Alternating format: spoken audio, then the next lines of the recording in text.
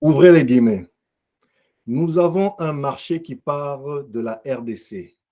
Ces gens sont environ 90 millions d'habitants, mais n'ont pas de vaches pour produire leur propre lait. Cette RDC des gens qui ne savent que chanter, comme Kanda Bongoman, portant des pantalons enfilés au-dessus du nombril. Allons-y leur vendre du lait. Jusqu'à présent, ils ne continuent que d'importer le lait de l'Australie, la Nouvelle-Zélande et je ne sais où encore. Fermez les guillemets.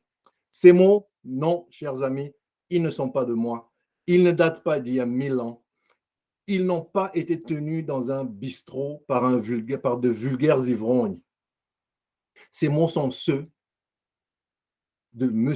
William Ruto, vice-président de la République du Kenya, tenu devant un groupe d'hommes d'affaires kenyans le 12 février 2022. Salut les amis, je suis Dr Jean-Paul Mouka, ravi de vous retrouver sur ce nouveau numéro de Excel Africa BizTech. C'est l'espace dans lequel nous tentons de décrypter quelques enjeux africains à cheval entre la transformation numérique et le commerce international. Alors, chers amis, abonnez-vous, activez la cloche pour ne rien rater. Envoyez-moi un petit pouce bleu si vous aimez, ou pas d'ailleurs. Dites-moi ce que vous en pensez. Bienvenue dans ce numéro 19, inspiré de l'actualité qui a retenu notre attention en cette mi-mars 2022. Actualité qui nous amène à parler de la Eastern African Community, si vous voulez, la communauté d'Afrique de l'Est. Car oui, c'est officiel, tout est fin prêt pour l'entrée de la RDC dans la communauté d'Afrique de l'Est. Et pour l'occasion, nous n'avons pu nous empêcher d'entendre ces mots résonner comme un cinglant rappel de ce qu'est devenu la RDC sur le plan du commerce international. Nous allons aller tout droit, chers amis. Ces mots, ils disent tout haut ce que tout le monde dit et pense tout haut. Personne ne le pense tout bas, personne ne le dit tout bas. Personne ne s'en cache plus.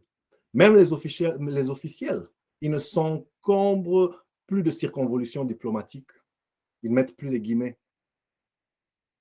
La RDC est devenue un géant au pied d'argile, un nain que personne ne respecte plus et qui souvent d'ailleurs ne fait rien pour se faire respecter non plus sur la scène internationale. Et c'est dans ce contexte plutôt déprimant que la RDC est en passe de devenir le 7e pays à rejoindre la communauté d'Afrique de l'Est, comme vous pouvez le voir ici. Dans quelques excellents papiers. Tous les liens sont en description de la vidéo. Ici, par exemple, il y a quelques temps, les dépêches de Brazza nous relataient. La RDC en voie de devenir le 7e État membre de la communauté de l'Afrique de l'Est. Jeune Afrique nous expliquait ici, RDC il y a quelques temps, Félix Tshisekedi et Kinshasa à un pas de la communauté d'Afrique de l'Est, East African Community. Iwachu au Burundi s'interrogeait il y a quelque temps à qui profite l'adhésion de la RDC dans l'Eastern African Community. The East African ici, par exemple, nous relatait aussi, ça c'était du 23 février 2022, et il nous annonçait Dear Congo to join Eastern African Community next week, et donc c'est officiel, comme je le disais, pour le 29. Donc c'est clair, c'est net, ce fut souhaité par le président de la République, Félix Tshisekedi, qui d'ailleurs fixa ce cap à l'aube de sa prise en charge des destinées de la RDC. C'est fait, c'est décidé. Le 29 mars 2022, la RDC devient officiellement le 7e pays membre de la communauté d'Afrique de l'Est. Ce qui, bien entendu, ne nous empêche pas, nous, de revenir, de réfléchir, d'essayer de prendre de la hauteur sur l'actualité et essayer, en guise de rappel, pour ceux qui le savaient, et peut-être d'information pour ceux qui l'ignoraient, de revenir sur ce qu'est la communauté est-africaine. Comme vous pouvez le voir sur cette carte, il s'agit d'un bloc de 6 pays, dont l'Ouganda, le Rwanda, le Burundi, le Soudan du Sud, le Kenya et la Tanzanie. Ce bloc fut créé en 1967, puis dissous en 1977, avant d'être recréé en 2000. Et il est souvent présenté comme le bloc le mieux intégré d'Afrique, Rappelons ici qu'à l'origine, il ne concerne que 3 pays, le Kenya, la Tanzanie, l'Ouganda. Le Rwanda et le Burundi reviendront les rejoindre plus tard, en 2007, et le Soudan du Sud, tout dernier pays à rejoindre le bloc en 2016. Donc, je disais, très souvent présenté comme très bien intégré, d'ailleurs, à tel point qu'il va jusqu'à envisager d'en faire une fédération politique. Une fédération politique, c'est une sorte de super État fédéral régi par une seule et même constitution à l'horizon 2023. C'était leur objectif, date qui visiblement ne sera pas tenue, mais ce serait intéressant de voir ce qu'il en adviendra dans les années à venir. En fait, cette union politique n'est rien d'autre qu'un réchauffé d'un vieux projet brièvement entretenu début de la décennie des indépendances africaines, début donc de la décennie 60, par 3 leaders, Jomo Kenyatta, président du Kenya, Julius Nyerere, président de ce qui fut alors le Tanganyika, avant de s'unir avec Zanzibar pour devenir la République de Tanzanie que nous connaissons aujourd'hui, ainsi que Milton Obote, le premier ministre de l'Ouganda. Évidemment qu'eux-mêmes ne semblaient même pas trop y croire, et pour cause, le projet fut enterré vers 1964. Il y a de beaux textes historiques qui existent, si vous faites une petite recherche, comment entre eux-mêmes, les 3 leaders, là, il y avait tout plein d'intrigues. C'était un peu, pour certains, une manière de faire accélérer les indépendances africaines. Bref, très, très, très belles anecdotes, très belles histoires pour les mordus d'histoire comme moi. Si vous avez le temps de faire ces petites recherches, au-delà des liens que je vous ai inclus en description de cette vidéo, vous en sortirez vraiment bien instruit et vous apprendrez un peu comment ça a commencé et pourquoi ça a échoué. Ça, c'était en 1974. Donc aujourd'hui, on est en 2022. Et j'étais en train de vous expliquer que on parle souvent de l'intégration régionale, voilà, c'est une région très bien intégrée, mais peut-être ici l'occasion aussi de faire un petit rappel des différents niveaux d'intégration économique régionale. Vous savez, si vous avez fait, c'est pas tout le monde qui a fait une école de commerce ou qui a étudié le commerce international. Essayons peut-être de nous arrêter une minute pour remettre à jour ceux qui ne seraient pas des spécialistes du commerce international. C'est des concepts très simples, mais il faut bien que l'on vous les présente pour que vous les appropriez. Et donc, on peut voir en termes d'intégration, il y a la partie, donc il y a le niveau d'intégration et puis il y a la complexité d'intégration. Donc, le niveau le plus embryonnaire, où il y a un très faible niveau d'intégration et ce n'est pas très complexe, c'est ce qu'on appelle le libre-échange. Le libre-échange, en gros, on enlève tout ce qui est tarif douanier. Et quand vous montez en complexité, vous vous intégrez encore un peu plus, vous passez sur ce qu'on appelle l'union douanière. Et au niveau de l'union douanière, c'est un peu les tarifs externes qui sont abolis. Ensuite, plus vous vous intégrez, vous passez au marché commun. Le marché commun, la clé, c'est vraiment la libre circulation des capitaux, des personnes et même du travail. Donc, moins de restrictions en termes de permis de travail. Les personnes, les biens, les capitaux peuvent de manière interchangeable passer d'un pays à un autre. Ensuite, vous avez une union économique. Union économique, la particularité, en fait, c'est où on commence à harmoniser les politiques économiques. Donc, en général, chaque pays a sa propre politique économique, mais dans une union économique, on commence à les concevoir, ces politiques économiques, en harmonie, en symbiose. Ça ne commence à faire que un. Et le summum de cette intégration, évidemment, c'est l'union politique. Et dans l'union politique, en fait, ici, c'est l'intégration politique. On ne forme qu'un gouvernement, qu'une constitution. Ça devient un super État, une sorte d'État fédéral où chaque État préserve son autonomie, mais politiquement parlant, le tout rentre, est chapeauté par la même super structure. Et bien, tout ceci est super intéressant, les amis. Mais il faut rappeler que si on s'y intéresse aujourd'hui de plus près, c'est parce que la RDC va bientôt en faire partie. Je suis assez curieux d'ailleurs de savoir ce qu'il adviendrait de notre propre souveraineté congolaise si d'aventure ce rêve d'union politique venait à se matérialiser dans les années à venir. Est-ce que la RDC rejoint le bloc avec pour ligne rouge de ne se limiter qu'à l'aspect économique des choses pour ensuite s'abstenir lorsqu'il s'agira d'union politique, de gouvernement commun, de constitution commune? Bref, je m'interroge sur où est-ce qu'on a tracé notre ligne rouge. De quelle marge de manœuvre disposerions-nous? J'ose croire que nos dirigeants, qui, somme toute, ont jugé bon de nous engager dans cette affaire pourront ensuite en vulgariser le contenu et surtout assumer en s'occupant pour une fois des intérêts des Congolais et du Congo en priorité. Parce que si vous, les amis, je ne sais pas, peut-être que vous êtes pressés de voir le père William Ruto qui vient d'insulter les Congolais, ou un de ses semblables, de le voir devenir notre président. Bon, permettez que je ne partage pas tout à fait votre enthousiasme. Nous avons déjà assez de problèmes comme ça avec nos 2 345 000 km², notre diversité linguistique, culturelle, en gros les complexités, pour ne pas dire les confusions qui sont les nôtres. Donc franchement, pas la peine d'en rajouter. Alors, essayons aussi un peu d'épingler quelques motivations qui ont pu pousser la RDC à faire des pieds et des mains pour à tout prix rentrer dans cette communauté d'Afrique de l'Est. D'abord, le vœu tout à fait louable et tout à fait légitime de pacifier la région des Grands Lacs. Car oui, vous savez, là où le commerce marche à plein régime, lorsque les humains, les biens, les capitaux circulent librement dans tous les sens, et non pas seulement en sens unique, suivez mon regard. En effet, dans ce contexte, les humains ont bien trop à perdre pour se faire la guerre. Donc la paix, c'est vraiment un objectif louable. On peut voir ici, je vous ai sorti là, oui à la paix, non à la guerre.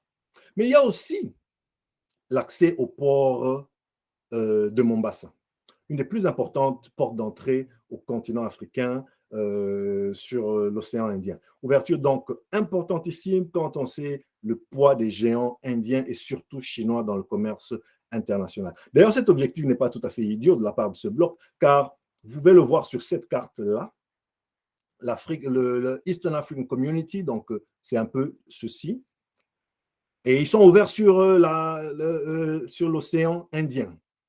Vous voyez, le port de Mombasa, il est quelque part là. Et donc, avec l'adhésion de la RDC, cette zone s'étendrait sur toute la largeur du continent africain, de l'océan Indien à l'océan Atlantique, parce que la RDC contient ces 37 km de littoral à peu près là, au niveau de Mwanda et Mwanda, Boma, Matadi, donc vers la côte atlantique de la RDC. D'ailleurs, dans l'épisode numéro 3 de notre Excel Africa Bistec, on avait fait un tour d'Afrique. À l'occasion, nous avions parlé, il s'agissait, c'était début février, on commentait, on essayait de décrypter le lancement en grande pompe des travaux du port en eau profonde de Banana, là, sur la côte atlantique de la RDC, et on expliquait un peu comment les 37 km de littoral pouvaient, dans une certaine mesure, considérer une sorte de handicap, même si l'accès à la mer n'est jamais vraiment un handicap, mais on avait essayé de décrypter. Je vous recommande cette vidéo-là. Mais là, on peut voir vraiment qu'on est en train de parler d'élargir la région du versant indien au versant atlantique, ce qui n'est pas rien. D'accord? Et donc, quand on regarde les raisons de l'intégration, de pourquoi la RDC pourrait peut-être envisager. Mais avant que je parle d'autre chose, j'aimerais aussi relater le fait que cette région, elle est immense. Pour vous donner une idée, Eastern African Community, c'est à peu près 200 millions de personnes. La RDC amène environ 100 millions de personnes en plus. Donc, ça fait 300 millions de personnes. C'est une région qui sera plus peuplée que le Nigeria. Ça vous donne un ordre de grandeur. Mais aussi, parmi les risques, vous pouvez voir que déjà la RDC, c'est un pays traditionnellement morcelé parce qu'il a la taille d'un continent et très peu d'infrastructures pour relier un coin à l'autre. Donc là, vous avez l'Est, qui en général est assez dynamique, avec l'influence notamment asiatique, et le commerce international marche bien. Toutes les marchandises qui sont ici alimentent souvent la partie Est de la République. Vous avez l'Ouest avec Kinshasa, évidemment, Kinshasa, c'est Kinshasa, il y a un certain dynamisme, c'est la capitale, et puis il y a les influences qui viennent de l'Occident, notamment à travers l'Atlantique. Et puis vous avez le Sud. Le Sud, là, on vient de l'Afrique du Sud, donc Afrique, qui dit Afrique du Sud, Zambie, Zimbabwe, Botswana, c'est des régions traditionnellement très bien intégrées, très dynamiques, et donc qui montent vers la RDC, et donc ça dessert un peu tout ce qui est la ceinture du cuivre, le Copper Belt, Zambie, Lubumbashi, le Katanga, etc. Mais le centre de la RDC, la zone un peu là, en gros le grand Kasaï et dans une certaine mesure la province orientale, ainsi que l'ouest. Donc vous avez la partie le grand Bandundu et la région Grand Équateur, qui restent un peu des trous noirs, qui restent des zones délestées, des zones dont on s'en fout en fait, personne ne s'en occupe. Elles sont assez enclavées de toute façon. À l'est, ils se débrouillent avec Rwanda, Kenya, Ouganda, Tanzanie. À l'ouest, ils se débrouillent avec l'Atlantique. Et ici, au milieu, il est temps que l'on pense à cette fracture parce que adhérer à la zone de libre-échange, au bloc Est ou au bloc SADC, sans désenclaver le centre de la RDC ne rimerait absolument à rien. Il ne changera rien dans les vies des populations de ces régions-là. Donc, voilà un petit aperçu de ce que la région représente. Mais il n'y a pas que ça. Hein. Vous avez aussi, par exemple, pour adhérer à cette région, il y a aussi la partie, comment dirais-je, la partie téléphonie. Voilà. Vous avez ici une carte cette image. En Afrique de l'Est, entre le Rwanda, l'Ouganda et le Kenya, il y a une assez bonne intégration dans tout ce qui est téléphonie, notamment dans le fameux One Network Area. Vous savez, c'est une forme d'intégration où on casse tous les frais de roaming international, où les appels entre eux sont réduits de pratiquement 60%. Donc, ce n'est pas rien, ça, en termes d'avantages dans les télécommunications. Et lorsqu'on considère que les populations congolaises de l'Est, je parle des provinces du Nord Kivu, du Sud Kivu, de l'Ituri et même du Tanganyika, ces provinces sur le versant est sur le côté est de la RDC, dans la vie de chaque jour, elles sont plutôt tournées vers l'Ouganda, le Kenya, le Burundi, la Tanzanie. Elles sont plus proches, parfois même culturellement, que l'ouest de la RDC. Donc pour elles, une sorte d'élimination des murailles de facturation téléphonique, ça n'est pas rien. Parce qu'on les sait très imbriqués, pour le meilleur et pour le pire d'ailleurs, avec les populations de tous ces pays de la communauté d'Afrique de l'Est. Donc, c'est des avantages non négligeables qu'il faut regarder et peut-être il faut en profiter dans la mesure du possible, dans la mesure où on a sa propre politique pour faire profiter son peuple. Là, je parle d'un leadership visionnaire. Alors, ceci dit, la libre circulation des personnes, des biens, des capitaux, si elle est bien pensée dans un esprit gagnant-gagnant et soutenue par des politiques visionnaires, comme je le disais, dans un environnement pacifié, débarrassé de cet esprit de prédation et de déstabilisation qui prévaut aujourd'hui, elle devrait profiter aussi à la RDC, notamment par le tourisme. Vous savez, les passerelles, par exemple, pour le tourisme, les voyageurs, les étudiants. Hein, ouais. C'est des choses qui pourraient profiter à la RDC si on est intelligent dans ce genre d'intégration. Encore que pour les étudiants et les travailleurs, par exemple, vous savez, la communauté d'Afrique de l'Est, elle a l'anglais comme langue commune officielle et dans une moindre mesure le swahili comme langue parlée par une grande partie d'entre eux, notamment la Tanzanie qui a le swahili pour langue nationale, le Kenya où le swahili est parlé quasiment partout. C'est à se demander même si un Congolais qui ne parle ni anglais ni swahili, ce qui est voilà, la réalité pour une grande partie de Congolais qui sont du côté ouest, donc Kinshasa et autres, qui ne parlent donc qui sont francophones et qui parlent d'autres langues, mais qui ne parlent pas le swahili et qui ne parlent pas l'anglais. C'est à se demander en quoi cette intégration va les profiter à eux, parce qu'ils ne seront pas assez compétitifs pour aller chercher du travail à Nairobi ou à Kampala, même si on leur dit qu'ils n'ont plus besoin de visa de travail. Donc, il faut regarder cet aspect des choses aussi. Je rappelle qu'avec l'adhésion de la RDC, le français sera adopté comme langue officielle du bloc. Mais bon, pour persuader le Tanzanien moyen à tomber amoureux du français, je vous souhaite bon courage. Signalons aussi que la communauté a déjà adopté un passeport unique depuis 2016 et qu'en général, ce genre d'intégration et fluidité constitue quand même un excellent marchepied pour les zones d'intégration plus larges telles que la ZLECAf qui vient d'être lancé. Donc voilà, il y a ça que la RDC peut potentiellement gagner. J'insiste potentiellement parce qu'encore faudrait-il une vraie vision, des vraies politiques derrière de la part des dirigeants qui savent où ils vont. Mais dites-moi ce que vous en pensez. Dites-moi si vous trouvez que voilà, je suis sûr que vous avez peut-être d'autres perspectives qui pourraient nous édifier. Et je tends maintenant un coup d'œil aussi sur ce que la communauté d'Afrique de l'Est aurait certainement à gagner d'une adhésion de la RDC. D'abord, je le disais tout à l'heure, les 100 millions d'habitants que la RDC apporte dans la zone, ces 100 millions de consommateurs, qui chez eux ont zéro industrie agroalimentaire digne de ce nom, zéro capacité de production, de transformation locale des biens de première nécessité. Donc oui, le marché est vierge pour la communauté d'Afrique de l'Est, et notamment pour les fameuses vaches du père Ruto et leur lait, le marché est tout à fait vierge. Vous avez aussi la myriade de produits de première nécessité que la RDC importe à longueur de jours, de mois, d'années. L'huile, le poulet, le jus, l'habillement, tous ces produits qui arrivent du côté Est, qui arrivent de l'Asie, en passant par l'Ouganda, par le Kenya, par la Tanzanie et que sais-je encore. Mais il y a aussi les services, notamment dans le transport aérien. Voyez-vous? Alors là, je vous lance un avertissement. Si vous entendez dans quelques jours, quelque part, allons transporter ces gens qui ne savent que danser, mettre la ceinture au-dessus du nombril, ils sont 90 millions, leur pays fait plus de 2 millions de kilomètres carrés, ils adorent voyager, mais leur compagnie aérienne nationale tient sur une poignée d'avions en bon état de marche. J'espère que vous aurez été prévenus. Abstenez-vous, les âmes sensibles, parce que c'est en train de venir. C'est ce que ces gens pensent de nous.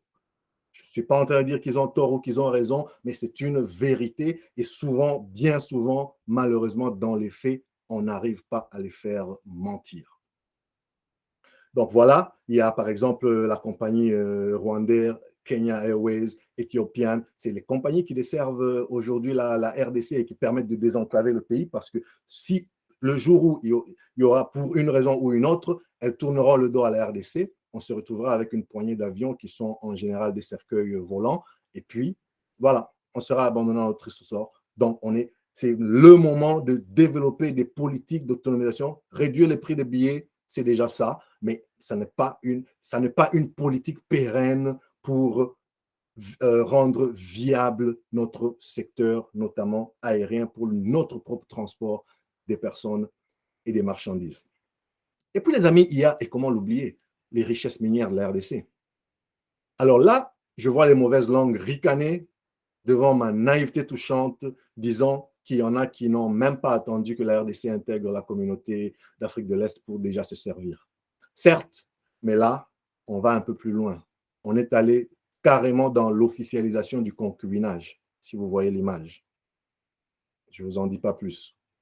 Le plus tragique, je pense, c'est que tout ceci se passe à l'heure même où la RDC doit avoir la tête claire, froide, sur ce qui devrait être notre stratégie de valorisation de nos minerais stratégiques. Au moment même où il faudrait profiter de la ruée du monde vers tous ces métaux stratégiques et terres rares pour justement créer les usines de transformation sur place et réindustrialiser la RDC. Et au passage, créer des emplois, former les jeunes, les occuper et les sortir de leur précarité nauséabonde aujourd'hui. Mais là, on va se retrouver avec une usine importante de ceci qui ira dans tel pays voisin, sous prétexte que là-bas, les infrastructures étaient déjà prêtes. D'accord? Parce que de toute façon, ça fait la même région, il n'y a pas de taxes, il n'y a pas de, en théorie, il n'y a pas comment dirais-je, de barrière sur la libre circulation de personnes, des compétences, des capitaux. Donc, qu'on mette une usine à Lubumbashi ou qu'on la mette à Kampala, c'est pareil. Donc, on vous dira que non. De toute façon, là-bas, il y avait déjà un environnement propice. Et puis, de toute façon, les investisseurs avaient déjà un pied là-bas. Donc, vous savez quoi? Allons juste mettre cette usine là-bas avec ce qui sera produit en RDC. Bah, c'est un peu ça aussi. Là. Le libre-échange et l'intégration économique, ce n'est pas que c'est donner et c'est recevoir. Alors, pour faire propre, on va peut-être employer quelques Congolais dans cette usine à la faveur du marché commun et il y aura quelques échanges marginaux ici et là. Et à la fin, ce seront toujours les mêmes qui gagneront avec la complicité des mêmes grandes puissances que vous connaissez. Suivez mon regard. Donc, je ne sais pas vous, mais cela me paraît assez bizarre que nous soyons si prompts à fermer les yeux sur ce genre de perte de souveraineté nationale. À moins qu'on m'explique que c'est le prix à payer pour la paix et la prospérité économique. Mais je sais aussi, chers amis, que dans la vie, il y a aussi la dignité et la souveraineté. Il n'y a pas que la paix, il n'y a pas que l'amitié, il y a aussi la dignité et la souveraineté. Et à mon humble avis, la dignité et la souveraineté, elles n'ont pas de prix. Elles ne s'échangent à aucun prix. Dites-moi ce que vous en pensez. Peut-être que je raconte n'importe quoi. Vous avez une meilleure idée. Vous savez ce qui se fait de mieux. Dites-moi ce que vous en pensez. Ainsi, bien sûr, dans la rubrique des services, j'aimerais aussi vous parler, et on ne peut pas passer sur ça, les services financiers notamment avec Equity Bank, vous savez, cette banque kenyane qui a racheté la BCDC, traditionnelle et centenaire banque commerciale congolaise, qui est aujourd'hui au coude à coude quasiment avec la Robank, qui jusqu'alors était le leader sur le marché. Et c'est là que la ritournelle risque de nous revenir dans le visage encore une fois. Ils sont 90 millions de personnes, d'habitants, ces gens ici. Ils ne savent que chanter, danser, mettre la ceinture au-dessus du nombril. Sur leurs 15 banques présentes, grandes banques présentes sur leur territoire, il n'y en a que 4 qui peuvent être considérées comme locales. Et encore, c'est seulement parce qu'on est fair play et qu'on considère que ces 4 banques sont vraiment locales. Regardez ce petit tableau, les amis. Equity Bank, parmi les grandes banques étrangères. Pays d'origine de l'actionnaire, Kenya, dans le groupe Equity. FBN Bank, étrangère, Nigeria. Citibank, étrangère, États-Unis. Standard Bank, étrangère, Afrique du Sud. Et la liste continue comme ça. Il faut vraiment chercher à la loupe pour trouver quelque part. Ah, Royal Bank, on nous explique qu'elle est locale. Pays d'origine de l'actionnaire, Congo. Groupe société Rauji. Bon, on connaît le groupe Rauji, c'est pas des Congolais d'origine, mais on va considérer qu'ils sont Congolais parce qu'ils sont là depuis des décennies et ils ont une très longue histoire, d'ailleurs très bien documentée dans le commerce congolais. Donc, bon, que voulez-vous? On va dire qu'ils sont Congolais, même s'ils sont venus d'Inde ou du Pakistan, mais ils sont Congolais et c'est des capitaux considérés à toutes fins utiles comme Congolais. Ecobank, RDC, nationalité étrangère, Togo. Trust Nation Bank, TMB. Ah, là, on nous dit ils sont locaux, nationalité de l'actionnaire belge, M. Robert Lévy. Afriland First Bank, étrangère, Cameroun. Access Bank, étrangère, Nigeria. Solide. Donc, pour trouver les banques congolaises, il faut chercher. Comme là, quand tu cherches très bien à la loupe, tu vas voir, il y a 2 banques locales ici, on nous explique. Solidaire Bank, nationalité elle est considérée locale, nationalité de l'actionnaire, Portugal. Sophie Bank, considérée locale, nationalité de l'actionnaire, Grande-Bretagne. Donc, en gros, les amis, qu'on ne se cache pas, on n'a pas de banque congolaise, on n'a pas de banque détenue par les Congolais. Donc, ces braves familles et messieurs qui ont investi dans notre pays et qui certainement ont créé des emplois et qui forcément administrativement ont acquis la nationalité congolaise, c'est déjà ça. Mais voyez, bon, ce tableau, il est éloquent. Tirez-en les conclusions que vous voulez. Mais il est là, il est éloquent. Je vous l'ai mis en description. C'est un tableau que j'ai tiré dans Financial Afrique. D'accord? Alors, on va continuer, les amis, et peut-être que vous pourrez me ramener des perspectives un peu plus réjouissantes. Donc, bref, comme moi, vous vous êtes peut-être senti indigné, humilié, révolté par certains propos qui, voilà, ne font qu'exprimer ce que quasiment tout le monde pense aujourd'hui de la RDC. Peut-être que vous considérez qu'il s'agit d'une insulte méchante et gratuite d'un officiel représentant un peuple que l'on peut se croire en droit de considérer comme ami ou comme frère, pour parler, employer un peu ce terme vaseux qui en fait ne veut absolument rien dire en relation internationale. En relation internationale, il n'y a pas de frères, il n'y a pas d'amis, il y a encore moins de frères. Mais bon, voilà, on a l'habitude de s'appeler frères entre nous Africains, soit. En tout état de cause, si cette humiliation de plus peut servir à nous révolter, non pas pour faire la guerre à qui que ce soit, mais pour dresser nos fronts longtemps courbés, pour emprunter ce passage de notre cher hymne national debout congolais, pour reconstruire notre image, l'image de notre pays avec humilité, dignité et un sérieux sans faille. D'autres peuples furent humiliés par l'histoire tragique. Les Chinois, les amis, que tout le monde respecte aujourd'hui, ils furent humiliés chez eux, sur leur terre, lors des guerres de l'opium notamment, au XIXe siècle, et à d'autres occasions dans l'histoire.